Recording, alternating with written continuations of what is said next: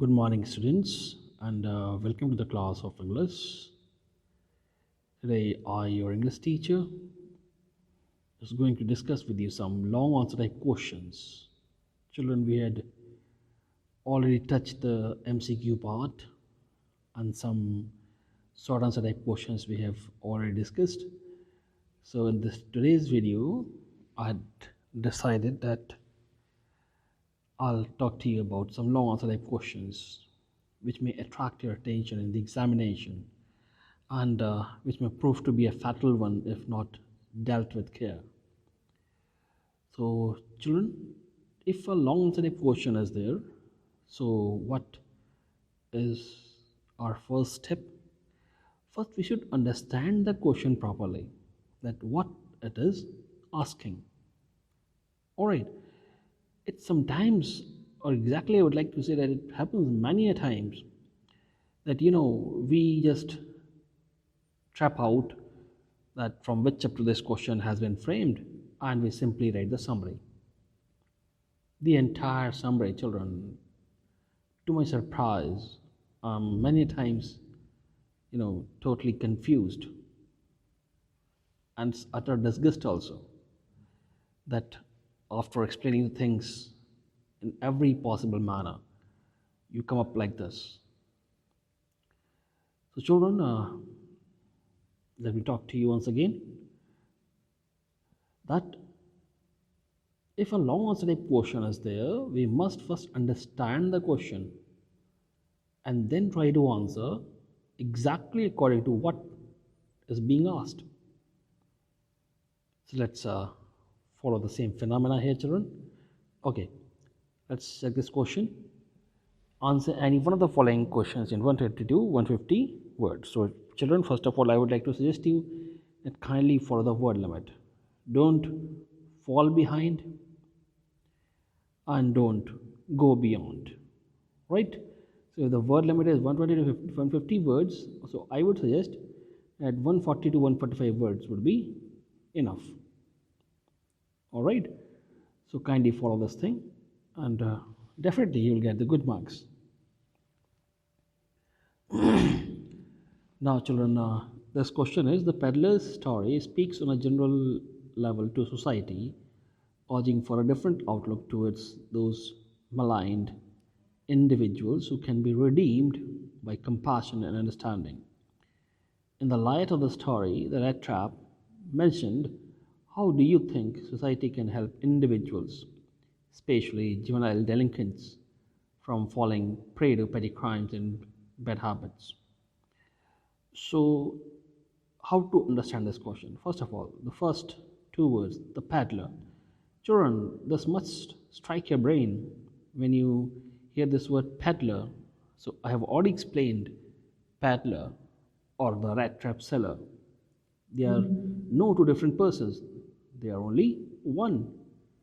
So, by reading those two words only, you must come to know that this story is the rat trap from your English book. Alright, and we are talking about the rat trap seller. Now, let's move further.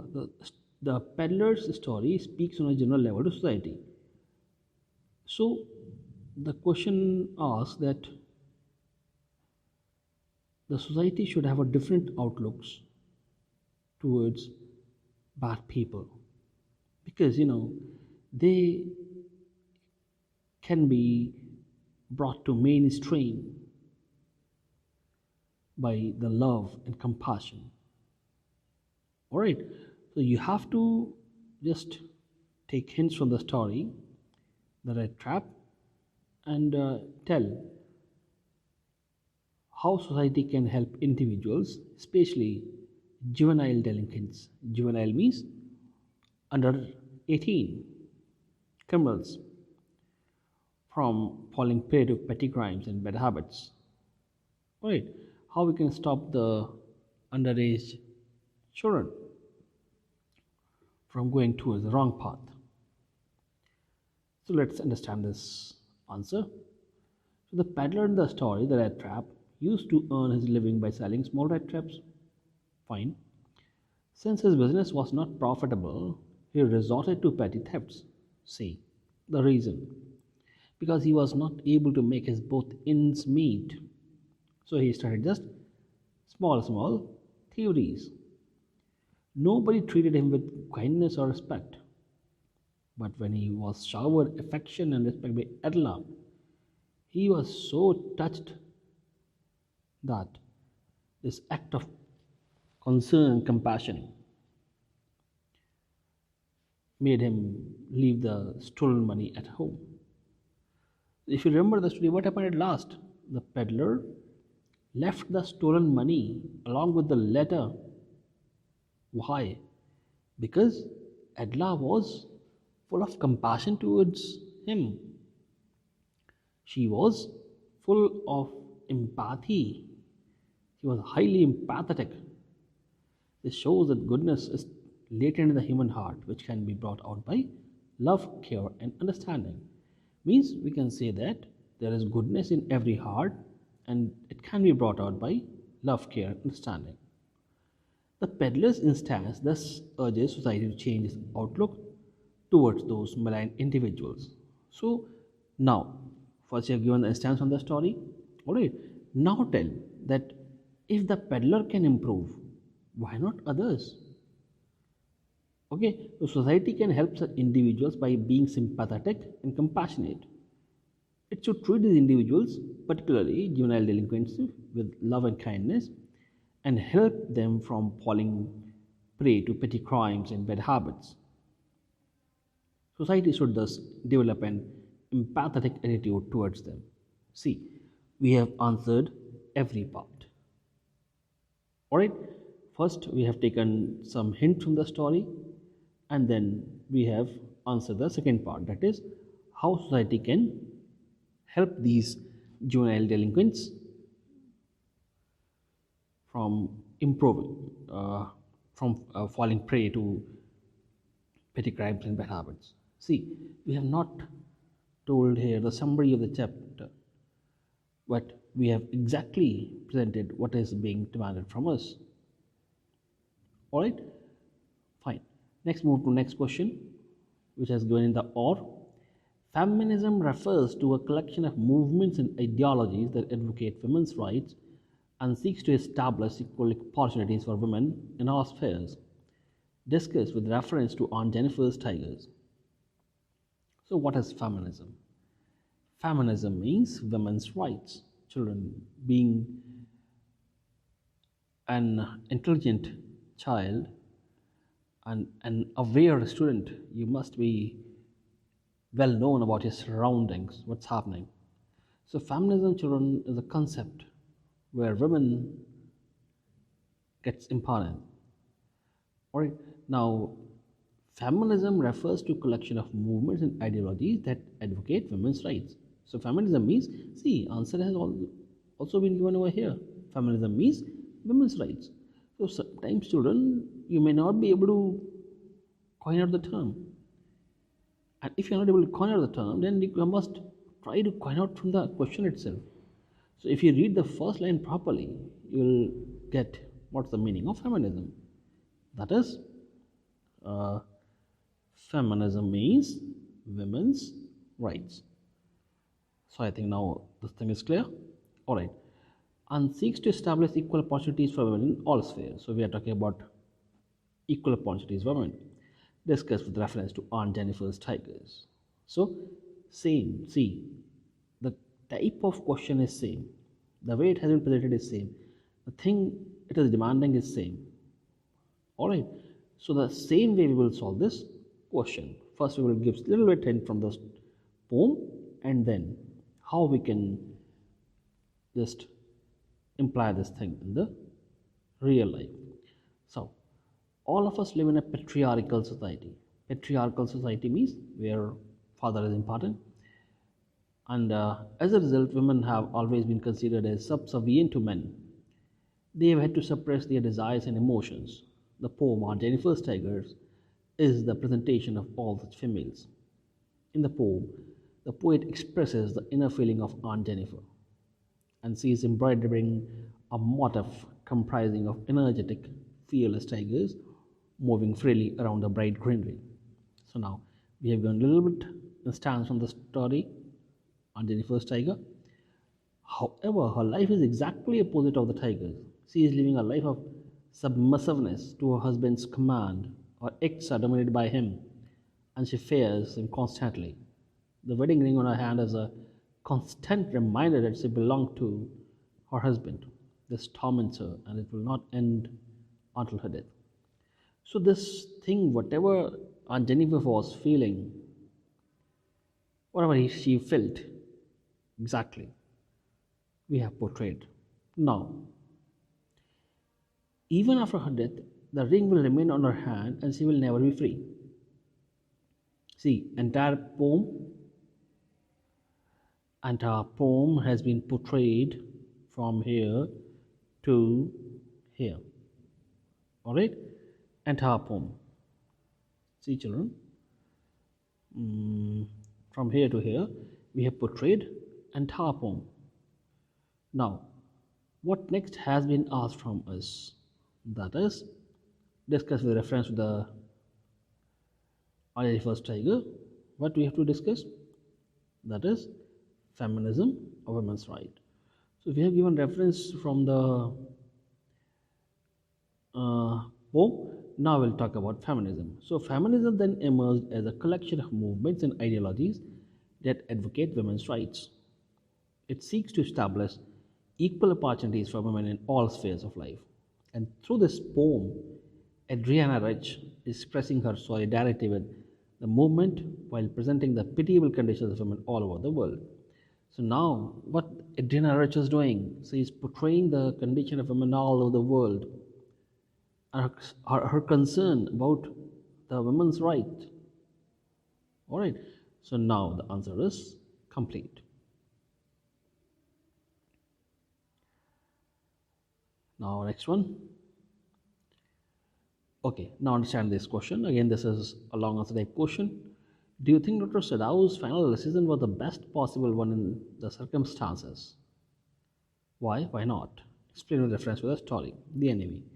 See, children, if we understand this question, it has given us options. If you say yes, then why yes? If you say no, then why no? So our answer dwells between yes or no. And whatever you are saying or giving the answer, with every yes or no, there's a question mark that why yes or why no. Alright, this thing we have understood from the question. Now, do you think Dr. Sadau's decision, what decision Sadao took? That he helped the enemy and he helped him even in escape of that enemy. So, what is the thing? Do you think Dr. Sadau's final decision was the best possible in that given circumstance? Circumstance means condition. So, you have to answer whether the decision of Sadao was right or wrong. If you say yes, you have to give reason. If you say no, you have to give reason. Now, you have to, children, give instances from the story, but mind it, don't give complete story here. So, yes, I think Dr. Sadao's final decision to save the prisoner's life was the best possible decision in the circumstances. When Dr. Sadao came across the prisoners of war, the first thing he did was to save his life. As a doctor, he fulfilled the moral and ethical obligation of saving a human life. Next, he proved himself loyal to his country by informing the general about the enemy soldier. See, Sadao not only helped the enemy soldier by performing his duty as a doctor, but as a patriot, he also informed the general about the enemy soldier. So, on both the fronts, he was a winner. Alright, when the general assured Sadao of sending private assassins to eliminate the American, Dr. Sadao felt restless and guilty of betraying the same person whose life he had saved. So, Dr. Sadao was a little bit morally touched. because he felt himself guilty of cheating or deceiving the same person whose life he had saved. So, for 3 sleepless nights, he was waiting for the assassins who never came. Why? Because General was ill and he was busy with his own problems. He finally worked out into a plan to let Tom, the American prisoner of war, escape. So he did not sleep for 3 nights. How morally strong he was. Now, by letting him escape, Dr. Sadao proves that even if two countries are at war, the legend of humanity does not change. Alright? So Dr. Sadao worked upon not only patriotism and professionalism, he worked upon humanity. Alright, children. So, what is patriotism? He informed the general. What is professionalism? He was a doctor, he treated the patient. But above it, he worked with humanity. Alright? Now, so let us now prove that even if two countries are at war, the religion of humanity does not change. Its basic principle is saving a human life, which Sadao does with success. In a way, Dr. Sadao echoes the author's views against war and hatred that it generates between man and man.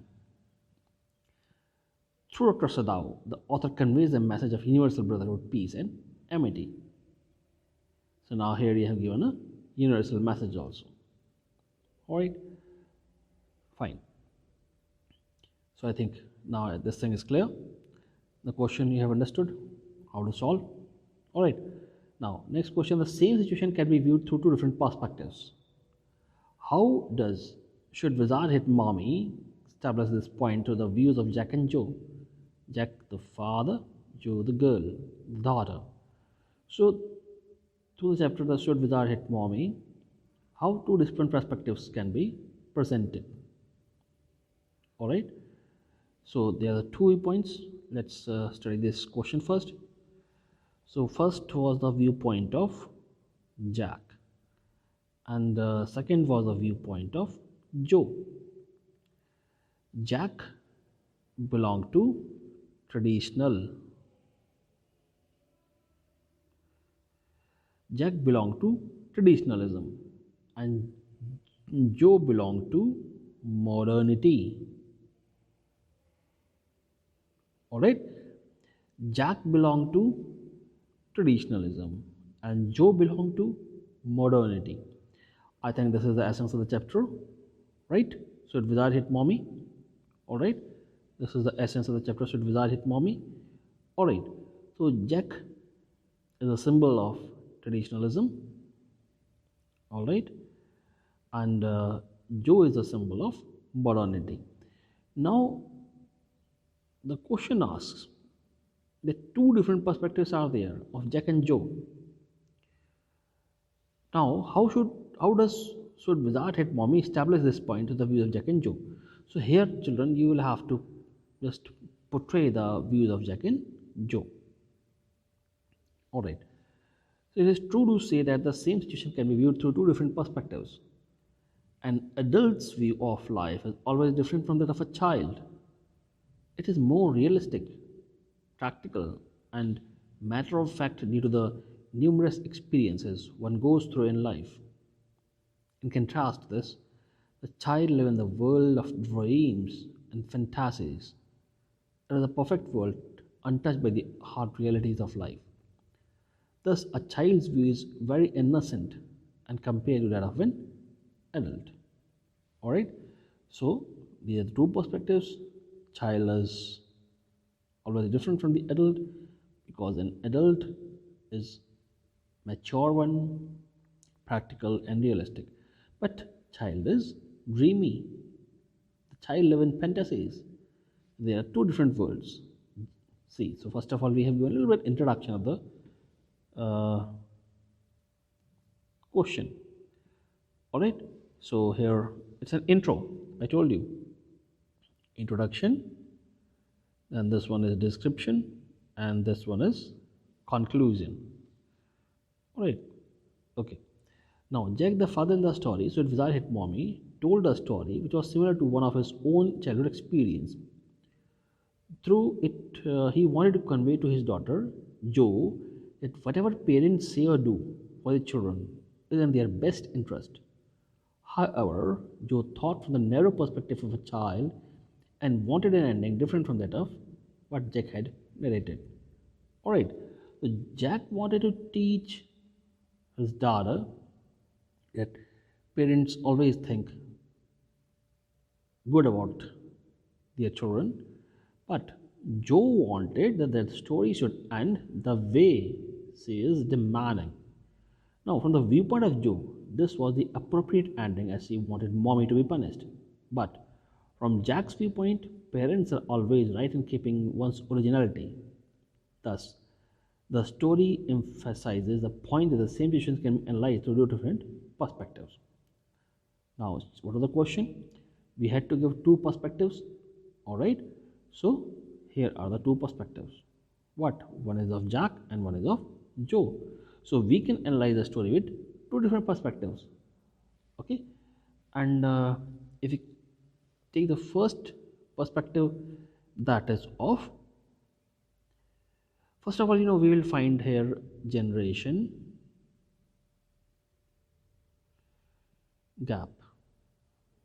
Alright, children, we will find here generation gap.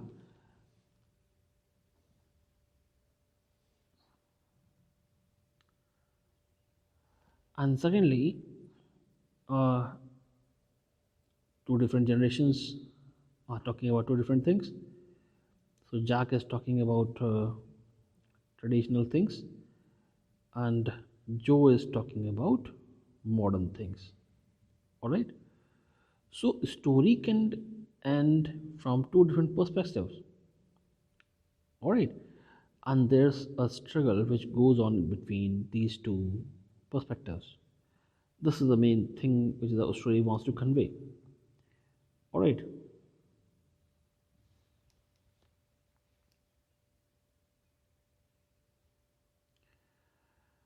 Now, children, next question. Mukesh and other Bengal makers are unable to break out of the vicious circle of poverty due to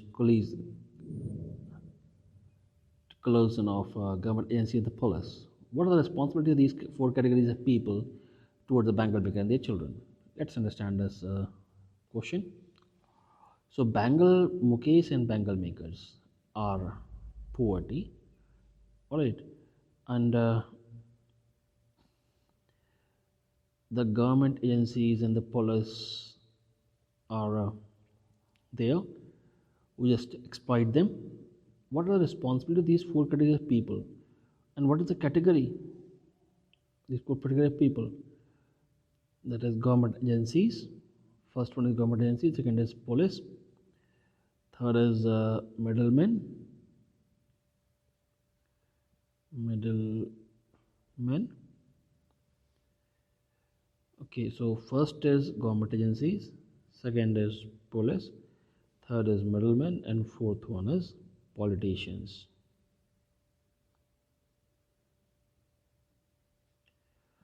Alright, children. So these are the four categories of people, those who have been talked about here. Now, what are the responsibilities of these four categories of people towards the Bengal makers? Alright, this we have to tell. So, government agencies and the police have no sympathy towards the pitiable conditions in which the Bengal makers are making a living. They do not empathize with the Bengal makers at all and are not sensitized towards the right which can give them a life of dignity. Not only this, their insensitivity has made the situation worse to such an extent that instead of awareness of their rights, children accept their fate naturally. Alright, so government agencies are a blind eye towards the Bengal makers and their pitiable conditions, and other three people, middlemen, policemen, and others. They have there's no sensitization in them about their rights, and that's why the situation is worse. Children like Mukesh should not be working in a Bengal making factory, as the working conditions are very hazardous and dangerous for these children and their health. Instead, they should attend school. The officials, particularly the government agencies and the police, have a responsibility towards society to uplift the socially and economically backward people. In fact, these four categories of people should work together to make the lives of the bangle makers and the children better. These four people, these four categories, should work in integration to make the life of bangle makers good. All right? If all the people, politicians, middlemen, policemen, and Bengal make making business, they work for the benefit of the Bengal makers. Definitely, the Bengal makers will be able to come up with some good things, a good lifestyle, and basically three times meals a day. Otherwise, they do dwell on only one time meal a day. All right, next question. What kind of an imaginary and ideal world does the poet visualize in the poem Keeping Quiet? So, we are talking about keeping quiet. So, what kind of world the poet wants to see? It is asked in the question. So, the poet visualizes the calm, quiet, and peaceful world devoid of all forms of violence. The poet wants people to take. See, this question is very easy to understand, so there is no need to explanation. So, the poet wants people to take a moment of silence and tranquility. Tranquility means complete silence. According to the poet, this moment will give us time in silence for self introspection. Introspection means looking inside yourself and find out who you are, what you are. And when we can spiritually attain our moral self through a moment of meditation, the quiet moment that the poet wishes for will bring an end to all destructive activities in the world. See, all the destructive activities will come to an end. You know, if I give you an instance, suppose you are angry, count till 10 or 20. Definitely, the way you will react before 20 and the way you will react after counting 20 would be totally different. Alright, why? Because if we wait, we have a second chance. But a quite an immediate